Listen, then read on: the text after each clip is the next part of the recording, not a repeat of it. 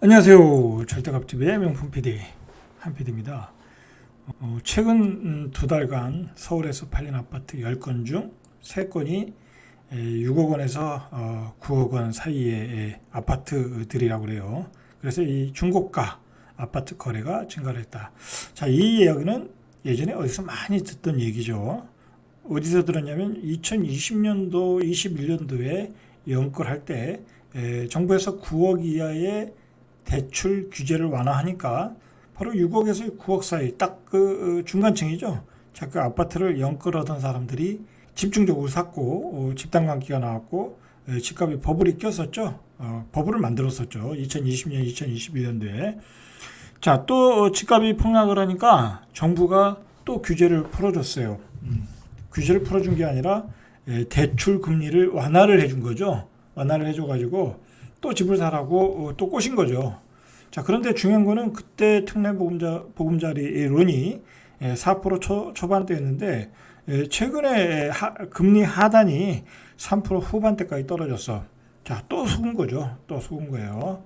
자, 또 속아서 연끌을 또 했다라는 이 기록들이 기사가 나왔어요. 시즌 2를 한 거죠.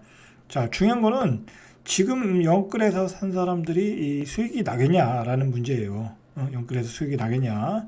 자, 그리고 지금 금리가 당분간은 계속 고금리가 지속된다라는 것도 문제이고.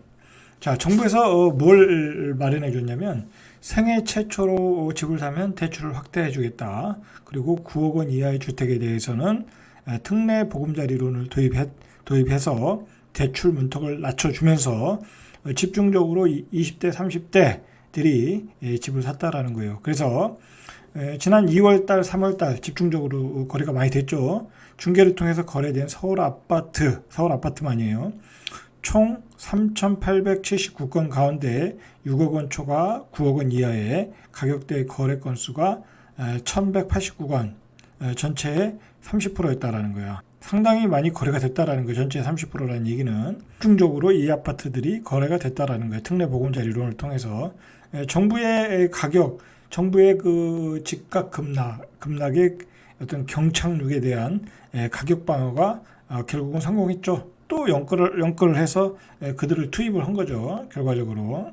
자, 직전 2개월간, 그러니까 2022년 12월부터 2024년 1월간 거래된 1967건 중 6억에서 9억 이하의 거래 비중에 비해서 한 2포인트 더 올랐다라는 거야.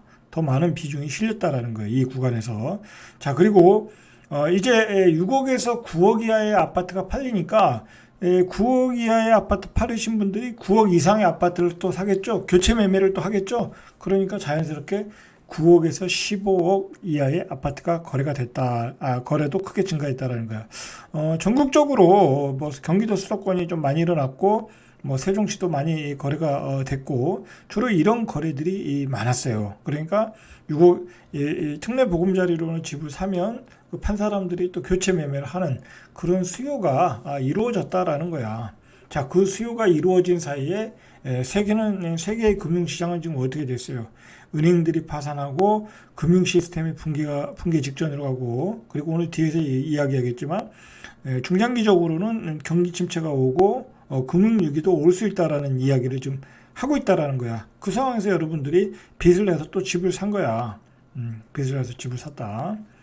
자, 그래서 지난 2, 3월간 9억에서 15억 원 아파트 거래 비중이 28.3%로 6억에서 9억 원에 이어 두 번째라는. 그러니까 6억에서 15억 사이 거래가 58%, 거의 60%가 일어난 거야. 전반적으로 다 일어난 거야. 거의 다 일어난 거야.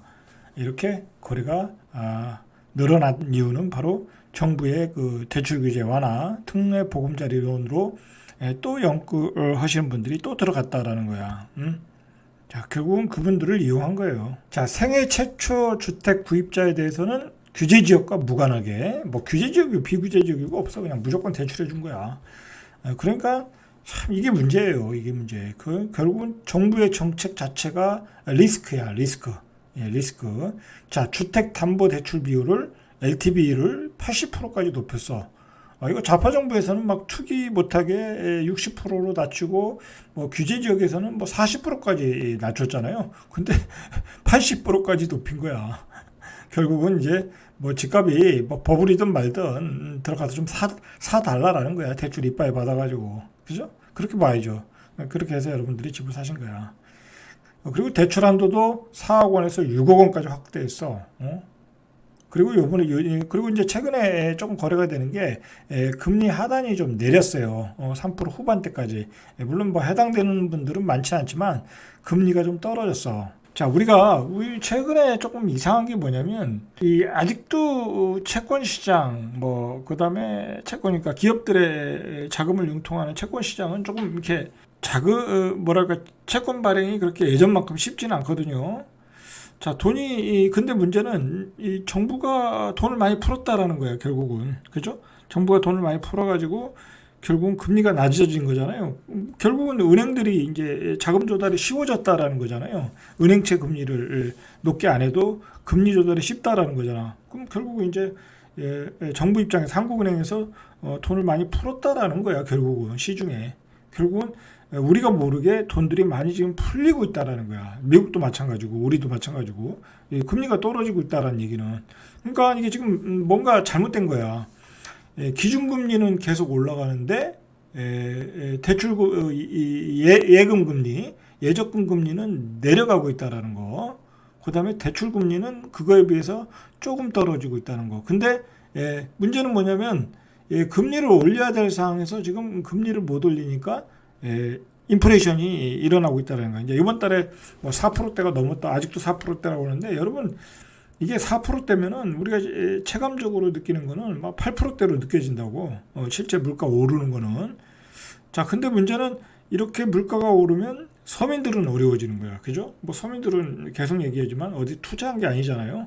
투자한 게 아닌데 우리가 사 먹는 그 치킨, 맥주, 소주, 그다음에 과일, 쌀 그런 것들이 다 올라가기 때문에 체감적으로 서민들은 더 어려워지는 거야, 결국은.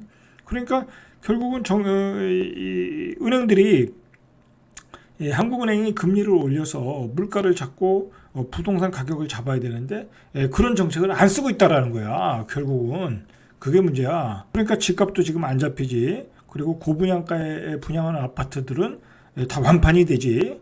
완판이 되지. 거기다가 분양권 전매 규제까지 다 풀어줬으니까 와서 투기하라는 거잖아. 예? 자, 그런 상황이다 보니까 서민들은 더 어려워졌다라는 거야. 자, 그러니까 거기다가 계속해서 이야기지만 윤석열 정부는 이 부자들을 위해서는 정책들을 굉장히 효의적으로 하고 있잖아. 그 종부세도 한 50%가 뭐예요? 한 60% 이상 깎아준 것 같아. 60%, 70%. 공시지가 낮아지고 이 종부세율 낮아지고 그러면서 거의 뭐 50% 이상 낮아지면서 세금을 깎아줬고 그다음에 재건축 규제 완화 다 풀어주고. 자, 그러니까 부자들한테는 좋은 거야. 금리는 또 안 올리고, 그죠? 금리는 안 올리고 빨리 올려줘야 무리해서 집을 산 사람들이 급매물들이 나오는 건데 그것도 아니고.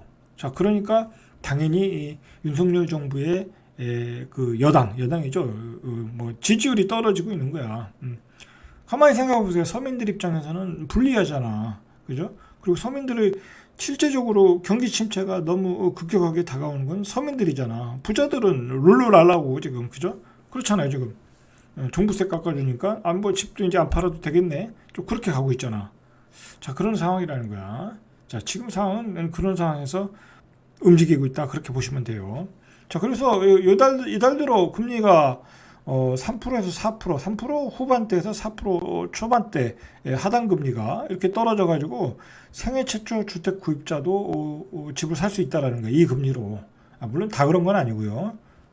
자, 그리고 이제 그러다 보니까 이제 갈아타는 수요도 있고 하다 보니까 거래가 좀 되더라라는 이야기예요. 최근의 거래는 이런 배경하에서 거래가 되고 있는 거예요. 자, 문제는 뭐냐면 서울의 규제를 전면적으로 다 완화해 주다 보니까 돈이 다 서울로 몰리는 거야. 그죠? 서울?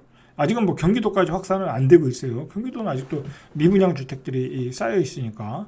그러니까 지방은 이렇게 청약 경쟁률이 0.0대 1, 뭐 거의 뭐 이건 몇 가구밖에 안 팔리는 거고, 이건 뭐 공사를 할 수도 없는 상황이고, 그래서 3월달 청약 시장을 보니까 옥석 가리기가 심화가 돼가지고 12개 단지 중 7곳이 미달이다라는 거예요. 그러니까 상황이 이게 쉽지 않은 거야.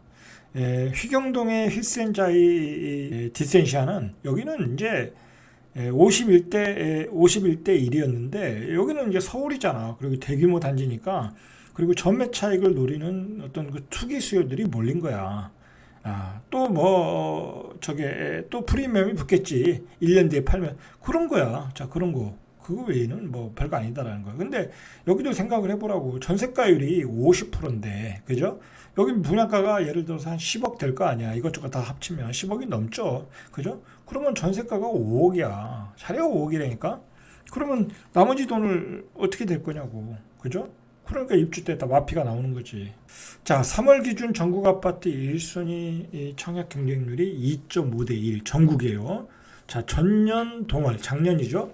작년에는 13.6대 1이라는 거야.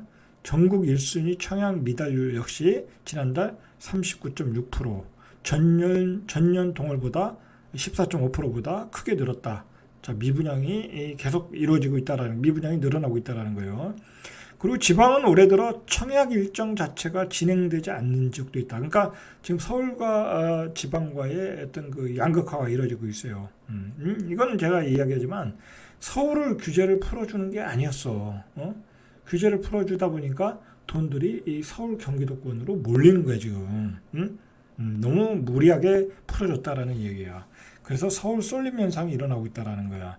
자, 이게 이렇게 되니까 불만이 많겠죠. 왜냐하면 지방에서 청약 일정 자체가 안 잡힌다는 건 지방에서 공사 자체가 안 이루어진다는 거잖아. 그러면 지방의 건설 경기가 죽었다는 얘기잖아. 그러면 지방의 건설 회사들은 다 이제 시공사들이잖아. 도급 받아가지고 다 망했잖아. 망하고 있잖아. 그래가지고 그리고 일자리도 못 얻었지. 그죠? 그러니까 지금 지방은 불만이 많아. 여러 가지로. 자, 그래서 제가 어제 얘기했지만 윤석열 정부가 지금 이렇게 야당에 비해서 어떤 그 투표율, 지지율에서 밀리는 이유는 바로 이런 문제야.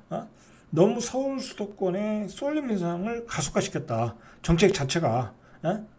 모든 정책 자체가 그래 지금. 뭐 국가산업단지 지정 문제도 그렇고, 그다음에 뭐 지역 균형 발전은 뭐 거의 물 건너갔고, 없잖아. 거의 없잖아. 뭐 있어 지방에. 뭐 윤석열 정부 들어서 지역 균형 발전에 대해서 뭐 나온 게 뭐가 있냐고. 없죠. 그죠? 없잖아요. 그죠? 그다음에 청약 서울의 규제 완화를 통해서 모든 돈이 서울로 쏠린다. 뭐 서울의 급매물을 사러 가지 지방의 급매물을 안 산다고. 자, 거기다가 중요한 게 인구 소멸이잖아. 인구 소멸. 출산율 저하. 자, 그러니까 앞으로 이거 뭐 1년 지날 때마다 군 단위로 하나씩 없어지고, 한 5, 6년 뒤에는 뭐 어떤 익산시 30만의 도시가 또 하나씩 없어지고, 그죠? 그리고 좀 먼 미래 가면은 한 뭐 2030년 넘어가면 한 5, 60만 도시의 도시, 한 100만의 도시도 없어지고. 자, 그렇게 된다는 거 아니야. 자, 그러니까 지방에 투자할 일이 없어지는 거야. 뭐 그렇다고 지방이 지금 싼 것도 아니고, 그죠? 자, 우리 사회가 지금 안고 있는 가장 큰 문제는 여러 가지가 있어요. 여러 가지가 있는데, 어떤 주택 가격의 버블 문제도 있지만은 이 지역 양극화가 너무 심화되고 있어요. 그거의 대표적인 게 이제 지방 대학의 붕괴잖아요. 지방 대학을 뭐 젊은이들이 요즘 가려고 그래요. 거의 안 가려고 그러지. 뭐 서울에 있는 대학 나와도 취업이 안 되는데 그 시간에 차라리 돈 버는 걸 공부하는 게 낫겠다. 그렇게 생각을 하는 거지. 자, 지역에서 지방 대학이 붕괴되면 지역은 지역 경제가 붕괴되는 거예요. 자, 어쨌든 그런 심각한 상황이다. 부동산 얘기는 여기까지 하고요. 자, 우리가 또 앞으로의 중장기 경기 상황을 봐야 돼. 앞으로 이게 빠르면 1년, 늦어도 2, 3년 안에 올 수 있는 이야기들이에요. 지금 나오는 이야기가, 미국 시장에서 나오는 얘기가. 지금 미국도 굉장히 위기에 있어요. 어떤 미국 경제가 끌고 왔던 양적 완화, 달러 패권이 지금 위기를 맞고 있어. 맨날 경제 위기만 나오면 달러를 풀었다 조였다 하면서 세계 경제를 풀었다 조였다 맘대로 하면서 그 양털 깎기 하고 하다 보니까 이제 미국에 대항하는 국가들, 뭐 중동이라든지 이란, 러시아, 중국들이 이제 열받는 거지. 그 나라는 현물을 가지고 있는 나라잖아. 그 원유를 가지고 있는 나라인데 그 나라 입장에서는 뭐 지들이 달러 풀어서 맨날 헐값에 사고, 그죠? 원유값 똥값 되고 하니까 열받잖아. 그러니까 그들끼리 뭉쳐가지고 달러 화폐에 대해서 원유와 자원, 그죠? 그 이제 중국 같은 경우에 리튬이라고 그러나요? 자, 그런 전기차에 들어가는 그런 히토리라고 그러나요? 그런 자원을 가지고 지금 대항을 하고 있잖아. 이 뭐야 하이테크의 반도체는 또 이 중국에 못 팔게 하고 지금 세계가 굉장히 우리한테는 불리한 상황으로 돌아가고 있다라는 거야. 자, 그 상황에서 이제 미국의 어떤 은행들이 이 파산 위기가 나왔고 문제는 이제 너무 화폐를 많이 풀었던 게 자체 모순으로 일어난 거잖아요. 자, 이 가운데서 그 JP 모건 체이스 회장인 제이미 다이먼, 이 월가의 황태자 이 사람이, 자, 이분이 뭐라고 그랬냐면, 이분 얘기가 자주 신문에 나오거든요. 이분 얘기는 우리가 조금 신중하게 들어야 돼요. 자, 은행 위기는 안 끝났다. 결국은 미국 경기 침체는 온다라는 거예요. 온다. 가능성이 커지고 있다. 자, 그리고 최근 실리콘밸리 은행과 크레디트 스위스 붕괴 등 은행 위기의 여파가 수년간 지속될 거라. 수년간. 그러니까 앞으로 수년간 계속해서 압박될 거라는 거예요. 결국은 이거 어떻게 되겠어요? 그러면 돈이 잘 돌지 않는다라는 거잖아. 그리고 대출이 신중하게 나간다라는 거잖아. 결국은 돈맥 경화가 일어난다라는 거야. 물가는 오르고 돈맥 경화가 일어난다. 그러니까 이게 조심해야 돼. 지금은 인플레이션이 지속되는 가운데 돈이 긴축으로 간다. 그러면 고금리 상황은 계속 지속될 수밖에 없다라는 거잖아. 그죠? 그런 상황이다. 자, 다이먼 회장은 1년 전처럼 폭풍구름이 미국 경제를 위협하고 있으며 경기 침체 가능성이 높아지고 있다. 자, 그는 2008년 글로벌 금융위기 당시와 같진 않지만 양상이 다르다는 거지. 글로벌 위기 때와는 현재 위기가 언제 끝날지는 분명하지 않다. 그러면서 은행권에 불어닥칠 불안감이 금융권의 긴축을 야기할 것이다. 자, 이게 그 얘기잖아요. 그죠? 은행들이 파산하고 은행들이 위기가 오니까 금융권이 긴축을 할 거라는 얘기잖아. 그죠? 돈이 안 든다는 거야. 이제 예전과 같이 미국이 막 돈을 막 풀어가지고 뭐랄까요, 경제를 살리고 그런 시절이 아니라는 얘기야. 자, 대비하셔야 돼요. 자, 이 가운데에서 뱅크 오브 아메리카도 가끔씩 좋은 보고서를 내놓거든요. 자, 뱅크 오브 아메리카는 세 가지 위험 요소를 이야기했어요. 자, 미국 경기 침체 신호의 세 가지 중 두 개가 이미 켜졌다. 자, 세 가지 중에 이미 두 개는 켜졌다라는 거예요. 자, 5일 경제 매체의 비즈니스 인사이드에 따르면 뱅크 오브 아메리카는 150년 역사 동안 경기 침체가 닥치기 직전 나오는 분명한 세 가지 신호가 있는데 현재 이 중 두 가지 신호가 켜졌고 이는 주식시장의 재앙적 결과를 초래할 수 있다는 거야. 그러니까 150년 동안 경기 침체 직전에 오는 신호가 세 가지 있었는데 이미 두 가지가 켜졌다라는 이야기야. 그죠? 뭐 그러면 이제 경기 침체는 당연히 온다고 봐야죠. 이걸 부인할 수는 없을 것 같아요. 그죠? 자, 뱅크 오브 아메리카는 1800년대 말 이후 미국에서 발생한 경기 침체 30개를 분석한 결과 침체 신호 세 가지가 있었다라는 거야. 자, 세 가지가 뭐냐면 국채 수익률 곡선의 스티프닝. 자, 이건 조금 이따 설명하고요. 그다음에 긴축을 하니까 대출 조건을 강하겠죠. 돈이 안 돈다 이거야. 자, 그리고 경기가 안 좋으니까 연준의 비자발적, 경기가 안 좋으니까 그냥 할 수 없이 금리 인하를 한다라는 거야. 자, 근데 이 국채 수익률 곡선의 스티프닝과 대출 조건 강화, 이 은행들이 파산하고 있으니까 이 두 가지는 이루어졌고 이것만 남았다는 얘기야.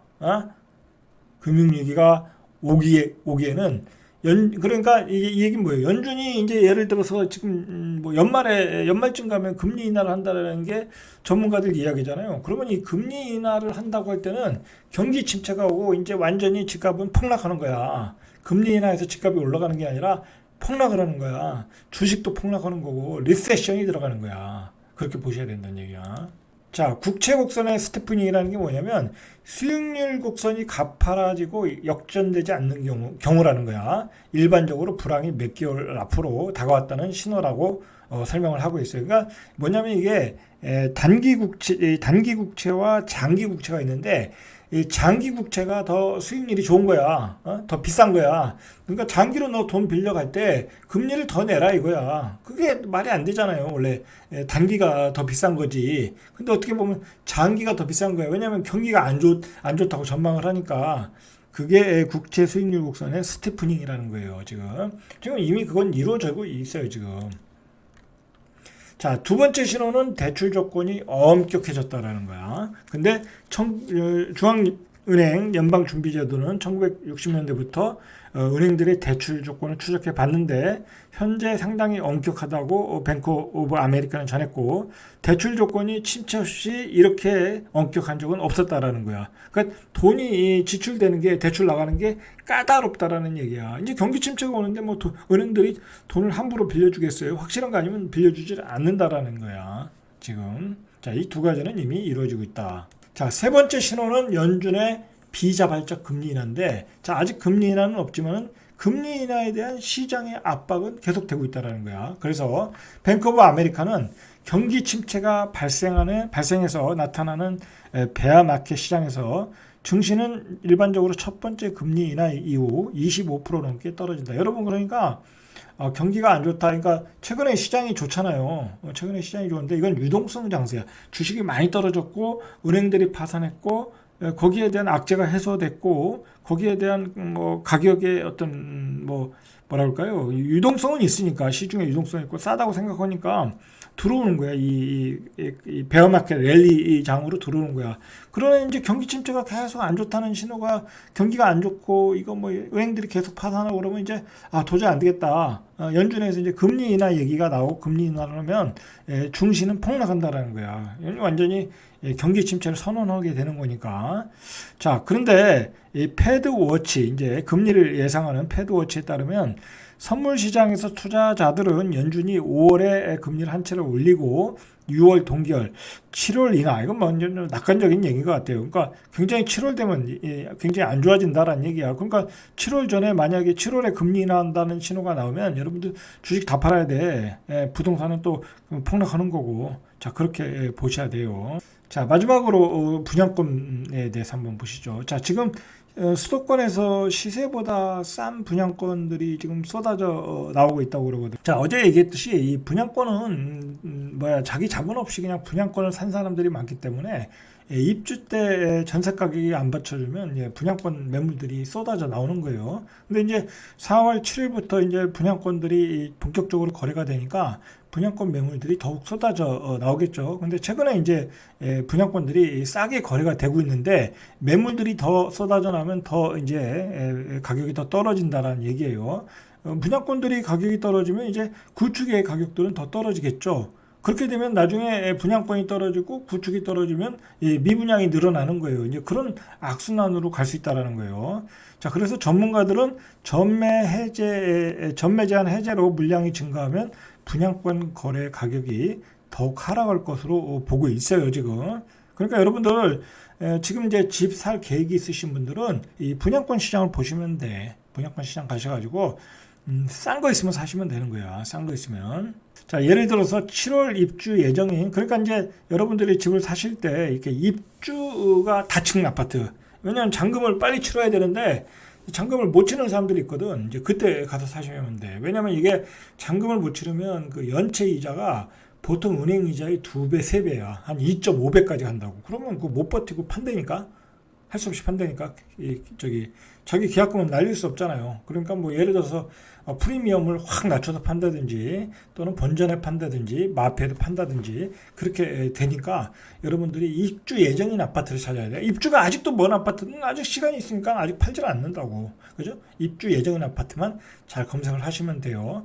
자, 7월 입주 예정인 서울 은평구 수색동의 DMC SK뷰 아이파크 폴에 여기 위치가 괜찮아요. 괜찮은데 전용 면적 5구가 분양권 호가가 최근 7억 9천까지 떨어졌다는 거예요. 한 9억까지 갔었죠. 자, 그런데 이렇게 떨어졌다라는 거예요. 물론 이제 이것도 프리미엄이 많이 붙은 가격인데 여러분들 이렇게 어쨌든 이 입주 예정인 아파트들은 이렇게 투자로 들어오신 분들이 많기 때문에 이 매물이 많단 말이야. 그리고 이게 문제는 뭐냐면 이 사람들이 등기를 못 쳐.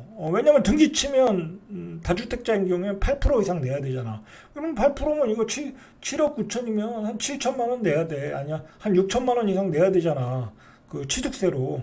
6천만 원이 어디 있냐고. 그죠? 없다니까. 그러니까 여러분들 입주를 앞전 아파트 가서 싸게 사시면 돼. 또 보시죠. 7월 입주 예정인 경기도 수원시 다 입주 예정인 거예요. 8달구에 수원 센트럴 아이파크 자이가 전용 5구가 분양가 호가가 5억 2,500. 지난해 7월 입주한 인근 단지 매교역 프로즈 SK뷰와 같은 면적이 6억 3천 수준인데 5억 2,500이다라는 거야. 그러니까 이렇게 급매물들이 이 거래가 되고 있다라는 거예요.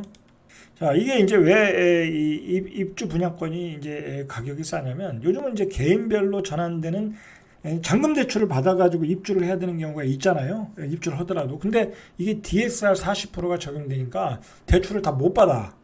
못 받는단 말이야. 그러면 이제 잔금을 못 내니까 이 매매로 나오는 거야. 그리고 전세 가격이 지금 많이 떨어졌잖아요. 그래서 전세 세입자를 못 구해. 예? 못 구하거나 자기가 원하는 만큼을 잔금을 못 구해. 그러니까 이렇게 수분양자들이 역전세난이 발생하면서 급매물들이 나오는 거야. 자, 그렇게 해서 여러분들이 자, 최근에 실제로 분양권 전매는 늘어나고 있는데 한국부동산원에 따르면 분양권 전매는 지난해 10월부터 지난 2월까지 4개월 연속 증가하고 있다. 왜냐면 요즘 최근에 막 마피 거래가 많이 됐잖아. 그죠? 증가하고 있어요. 그래서 지난 2월에 4,345건, 1월에 3,400건에 비해서 1월에 비해서 한 28%가 증가했다. 그럼 3월도 증가했겠죠. 그리고 앞으로 4월에는 더 증가하겠죠. 그러면 구축 시장이 죽는 거야. 자, 부동산 플랫폼 직방에 따르면 올해 1분기 분양권 거래 중 34%는 분양가보다 가격을 낮췄다. 그러니까 전체의 34%는 마피 거래가 이루어졌다는 거야. 자, 이렇게 많은 부분이 마피 거래가 이루어지고 있다. 여러분들 가능한 새 아파트 사셔야 돼. 사실 때는 새 아파트 사실 때 이렇게 분양 받으라고. 저기 분양권을 가서 사시라고. 7일부터 전매 제한이 완화되면 시장에 더욱 이 분양권 공급 물량이 쏟아진다는 거야.